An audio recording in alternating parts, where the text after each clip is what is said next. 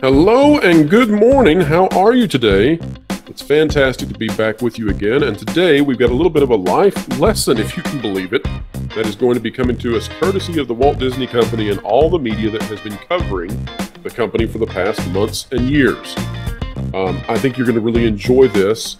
It turns out that the way we act as individuals can sometimes be scaled up to corporations, and we can learn from all the things that we do, right and wrong. And I want to untangle this mess at Disney because they are indeed in a big time mess. There have been a number of topics that I've wanted to cover this week, which I've been unable to do simply because there have been so many breaking stories about Disney, bad stories, unfortunately for the company, that have required that I report on them. I mean, I just have to. And so that's what we've done this week. Hopefully next week we'll get into some other stuff. I've got some exciting things I want to talk about coming up. This weekend, I want to break down some information about the market and how analysts figure out the different categories of consumers, all that kind of inside the deep in the weeds kind of stuff.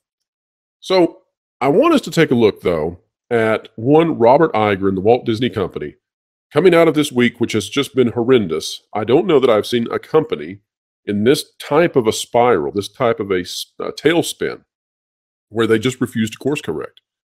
And so the thing that we're learning about Disney is not necessarily about Disney per se, but about just the market in general.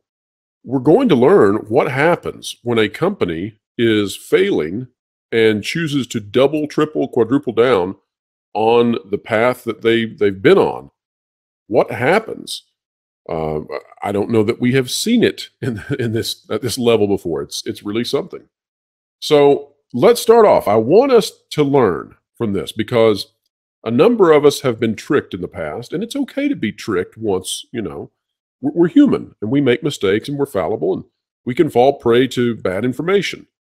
But it's no fun to have that happen over and over again. So let's look at how this has been covered, and then by seeing how we may have been twisted a bit, we can help ourselves navigate the future a little bit better. Now, we're going to start with WDW News Today, and we're not picking on them. There were so many news articles at the time that Iger was hired by Disney reporting in the same manner, and even some of the best individuals in terms of investigative reporting were fooled a little bit. And so we're not trying to be mean to WDWNT. We're just using them as an example. This from November 21st, 2022 by Chuck Mirarchi, right after Robert Iger was hired. And I want us to all note the difference in just we're only 5 months from this. It's amazing. Disney stock soars back over $100 as Bob Iger returns as CEO. There were 2 farewells this past Sunday evening. Elton John's farewell tour was live streamed from Dodgers Stadium on Disney Plus, and the Walt Disney Company said goodbye to CEO Bob Chapek and hello again to Bob Iger. Today, as the markets opened up, Disney stock soared as investors and fans alike cheered Iger's unexpected return. At the time of writing, the stock is slightly over $100 a share. In pre-market trading, shares were up 8.5% over Friday's closing. It's unsurprising that Wall Street reacted this way, considering the rocky tenure of Chapek. Chapek, who recently signed a multi-year contract, had a disastrous Q4 earnings report in which many people inside Disney, as well as investors, felt his tone anywhere from happy-go-lucky to tone-deaf. Now, here's going to be the best citation of the day, folks. Immediately after Disney's earnings report, Mad Money's Jim Cramer, don't forget this is the same guy who told people to buy SVB as SVB was going down, said on CNBC's Squawk Box that Chapek should be fired. He went on to say that Chapek was incapable of running a fantastic company and that Disney needs someone new. By the way, after this article came out, we found out that CFO of Disney, Christine McCarthy, who led the efforts to oust Chapek, was in conversations with Jim Cramer. So how about that? During his nearly 3-year tenure, Chapek angered nearly everyone from Disney cast members and fans to investors on a number of subjects, including his initial silence on Florida Governor Ron DeSantis. And you'll see that they misphrased that bill, that legislation. It's the parental rights. And I say that because that's the actual name, the parental rights law in Florida. It's not something that rhymes with brooming, and it's not this don't say. I'm not going to take the position of either the left or right. I'm just going to give you the factual statement of it. I don't like when news organizations or blogs take something and use the partisan phrasing. That's no good. It takes you out of neutrality. Incurring the wrath of Republicans when he spoke out against it to his dispute with Scarlett Johansson. All right, you get the idea. Everything was glorious when Iger came in, right? And this, again, we're not picking on WDWNT. This was everywhere. I promise you. Go look it up. You'll find article after article, all in the same vein. Everything's good. Chapek is terrible. Iger's back, baby. Now, it's only been 5 months. It's not really even been 5 months yet. Here's where we're at now. And I want everybody to notice. Everybody who's savvy knew that this was never about the financial side of this.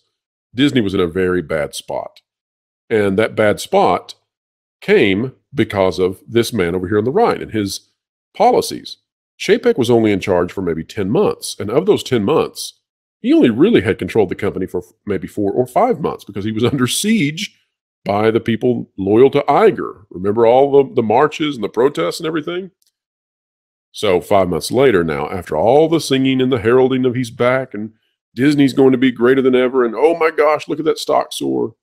Here's where we are. This article coming to us from the Financial Times.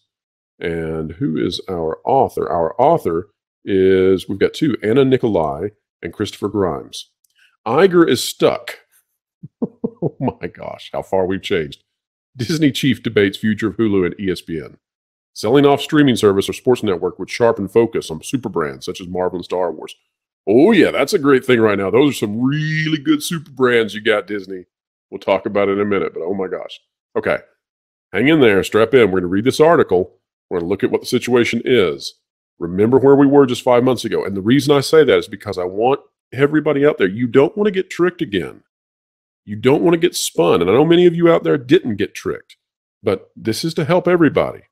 You know, see how the game is played. Let's not do this again where we have to fool around with the access and the legacy media that tell us things that just simply, mislead. It's not good.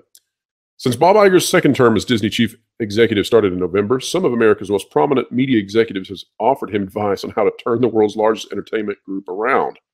By the way, you don't need to be turned around unless you're heading in the wrong direction.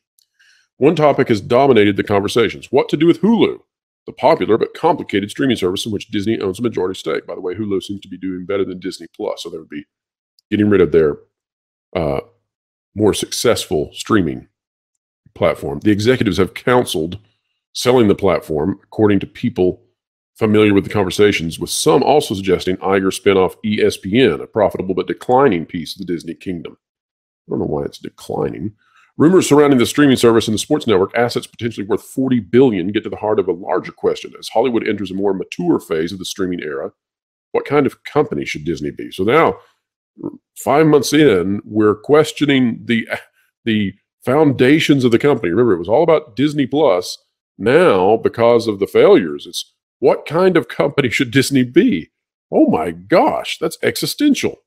Iger, who stepped down as chief executive in 2020, weeks before the coronavirus pandemic struck the U.S., has returned to a bleaker era in Hollywood.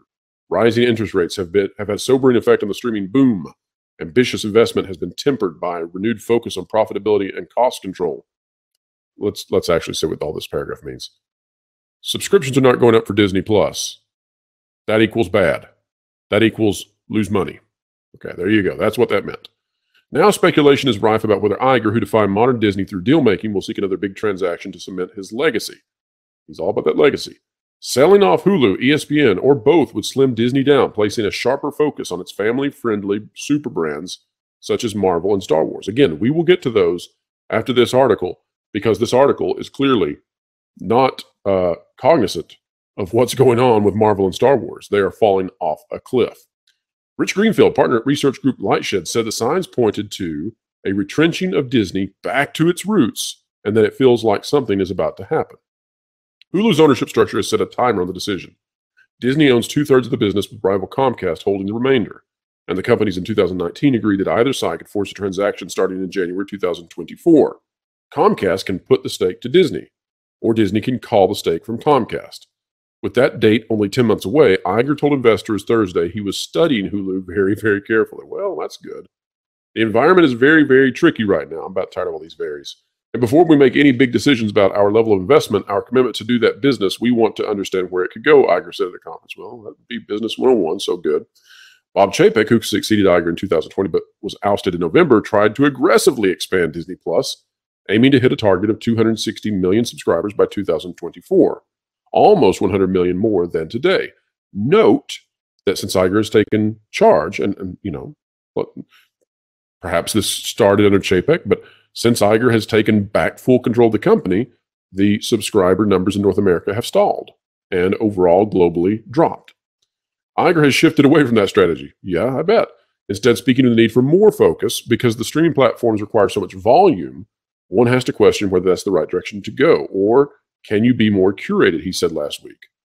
With the easy money era over, big media companies face a painful dilemma: how to navigate the collapse of once lucrative cable television businesses while waiting for their streaming units to become profitable. Note, they're the ones who destroyed the cable system. They're the ones who destroyed their secondary and tertiary systems of revenue in Blu-ray and DVD. Iger is stuck, said the chief executive, one large entertainment rival, noting Disney's $48 billion in debt. Hulu is a great service, but it's domestic only, and the U.S.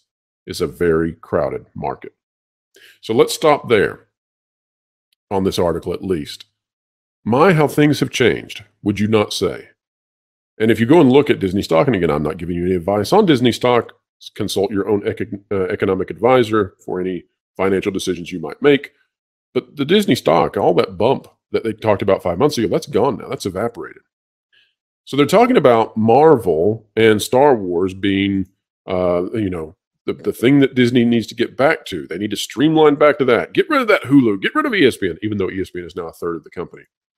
Let's take a look at this tweet from Mac at Now It's Known. It says, Nielsen streaming ratings for February 13th through 19th. These are the most recent. Black Panther 2 falls out of the top 10 overall. The film lacks rewatch value to hold onto its numbers. So if we look at this is amazing to me. 3 weeks ago, Black Panther Wakanda Forever was the #1 streaming movie on any platform with its debut. It was over 2 billion minutes watched, well over. Now it is at 579 million minutes watched. It's down here in the second chart, third place. It's dropped to 579 million. Now, why does that matter? Well, we were all excited that maybe Black Panther Wakanda Forever was actually, maybe it was a revivification of Marvel. Maybe the MCU was actually going to do something. And it has fallen more than 80%. More than 80% in 3 weeks in streaming. That is horrific. That makes it a flash in the pan. And, Marvel can't spend this type of money to pull often negative numbers financially at the box office and then have maybe 1 week of extremely good streaming followed by a precipitous drop. That just can't happen. When you look at Black Panther Wakanda Forever, we estimate that movie, when you take into account production and marketing, comes in at somewhere between $400 and $500 million. And then you look at Minions: The Rise of Gru, just barely behind it and holding its percentages, right? It's lower, but it's holding its percentages. But that movie had less than $100 million production budget. So it's probably less than half overall on its budget. And yet it's not very far behind at all, and probably will take the lead over Black Panther Wakanda Forever very soon. Not a good sign for Disney, at least on the Marvel side. But what about on the Star Wars side? Well, let's have fun with this. If we go over here to this website, Sarah Putt Associates, credit goes to Jonas J. Campbell on this one, but he found Adelaide Waldrop, intimacy coordinator. You're saying, what in the world does this have to do with anything? Well, just hang with me for a second. Adelaide is a certified intimacy director with Intimacy for Stage and Screen, where she trained with Lizzie Talbot and Yarit Dor. Prior to that, she was part of Ida O'Brien's company, Intimacy on Set, until 2019, and it goes on. Why does any of this matter? Well, an intimacy coordinator refers to a person who comes onto a production set and helps with scenes of a romantic physical variety. And looky what we've got here. We've been talking about how The Acolyte has resulted in a lawsuit and how it's currently in production with major budget commitment. And The Acolyte needed an intimacy coordinator. It turns out it did. And it turns out we also get, by the way, the number of episodes coming out, 8 episodes. But this lady, this Adelaide Waldrop, is the lead intimacy coordinator for The Acolyte. So while The Mandalorian has had its audience cut in half, and perhaps even more after the horrendous 3rd episode, The Acolyte is going to be the first Star Wars property that has, physical romance on screen in a way that requires an intimacy coordinator. I'm thinking that both Marvel and Star Wars are in trouble. And they can try to sell Hulu, they can try to sell ESPN, although I don't think they're going to try to sell ESPN. But Iger is stuck in more ways than what is being admitted, even in the Financial Times. Finally, let's wrap here. This is important. This out of PJ Media by Matt Margolis. Vacationers are falling out of love with woke Disney parks. And this is what the parks are really the last stand for Disney in terms of their traditional business doing exceedingly well. They do not want to lose Disney World or Disneyland. That would be bad. So let's read what this says. Last year, it was leaked that LaToya Raveneau, an executive producer at Disney, by the way, she was promoted after this, had bragged that her team had implemented a not at all secret agenda and was regularly adding to children's programming. And audiences were not happy about it. By the way, folks, if you are just listening in your car, on your podcast, you're working out, those blank spaces were left. They refer to orientations. Just know that. But I paused there so I don't get in trouble with YouTube. And audiences were not happy about it. A Rasmussen report survey taken over the leak revealed that Disney's boasts of promoting certain types of messaging to children were not well received by the American public. The poll showed that merely 28% of adult Americans felt that focusing on inclusion and diversity enhances children's entertainment. Conversely, 45% of respondents felt that it would have a negative impact, while only 18% believed that it would not have any impact. A plurality also viewed the company unfavorably, compared to 42% who viewed it positively. By the way, you do not want to be an entertainment company with negative polling. And say what you will about Rasmussen, but we've seen this with many polls, including a major one out of Axios that showed the same thing. Let's see. So where we want to drop down to now, I'm just interested in the parks. And so here's where we've got that. But Disney's troubles are not just limited to the content they're producing. It turns out that fewer people are looking to Disney parks as their vacation destination of choice anymore. This is something that I've been suspecting because Disney has continued to use the capacity, artificial capacity, where they keep the numbers low, people able to go into the parks.